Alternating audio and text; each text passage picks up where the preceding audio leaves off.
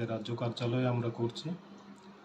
আমাদের উদ্দেশ্য হলো আগামী 6 তারিখ থেকে 26শে জানুয়ারি পর্যন্ত যশস্বী প্রধানমন্ত্রী নরেন্দ্র ভাই মোদীজির নির্দেশক্রমে আমাদের যশস্বী রাজ্য সভাপতি রাজীব ভট্টাচার্য এবং মাননীয় মুখ্যমন্ত্রী প্রফেসর ডক্টর মানিক সাহা মহোদয়ের নির্দেশক্রমে আমরাও সারা ভারতবর্ষে নিয়ে ত্রিপুরা রাজ্য সংবিধান গৌরব দিবস আমরা উদযাপন করব।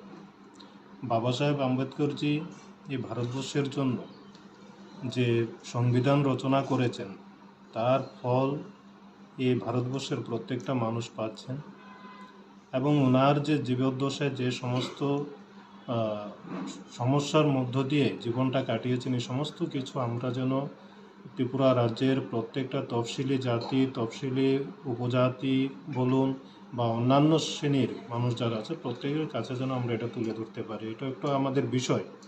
তাছাড়া আমাদের সাংগঠনিকভাবে এই ত্রিপুরা রাজ্যের প্রত্যেকটা মণ্ডল বুথ থেকে শুরু করে জেলা রাজ্য পর্যন্ত আরও বেশি করে সাজিয়ে তোলার জন্য আমরা কিছু পরিকল্পনা নিয়েছি।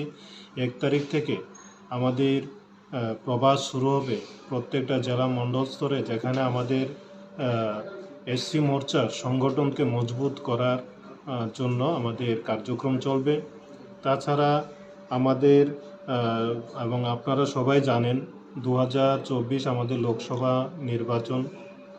এই লোকসভা নির্বাচনে ত্রিপুরা রাজ্যের প্রত্যেকটা তফসিলি জাতির মানুষ যেন দুহাত তুলে আমাদের ভারতীয় জনতা পার্টির পদ্মফুলে ভোট দিয়ে যশস্বী প্রধানমন্ত্রী নরেন্দ্র ভাই মোদীজিকে আশীর্বাদ করে, তার জন্য আমরা প্রত্যেকটা তফসিলি জাতির মানুষকে আমাদের ভারতবর্ষের প্রধানমন্ত্রী যে উন্নয়নমূলক কাজগুলো করেছে জাতির জন্য, আমাদের এই তফসিলি জাতির জন্য যে সমস্ত কাজগুলো উন্নয়নমূলক কাজগুলো করেছে সেই কাজগুলো নিয়ে আমরা তাদের পাশে যাব।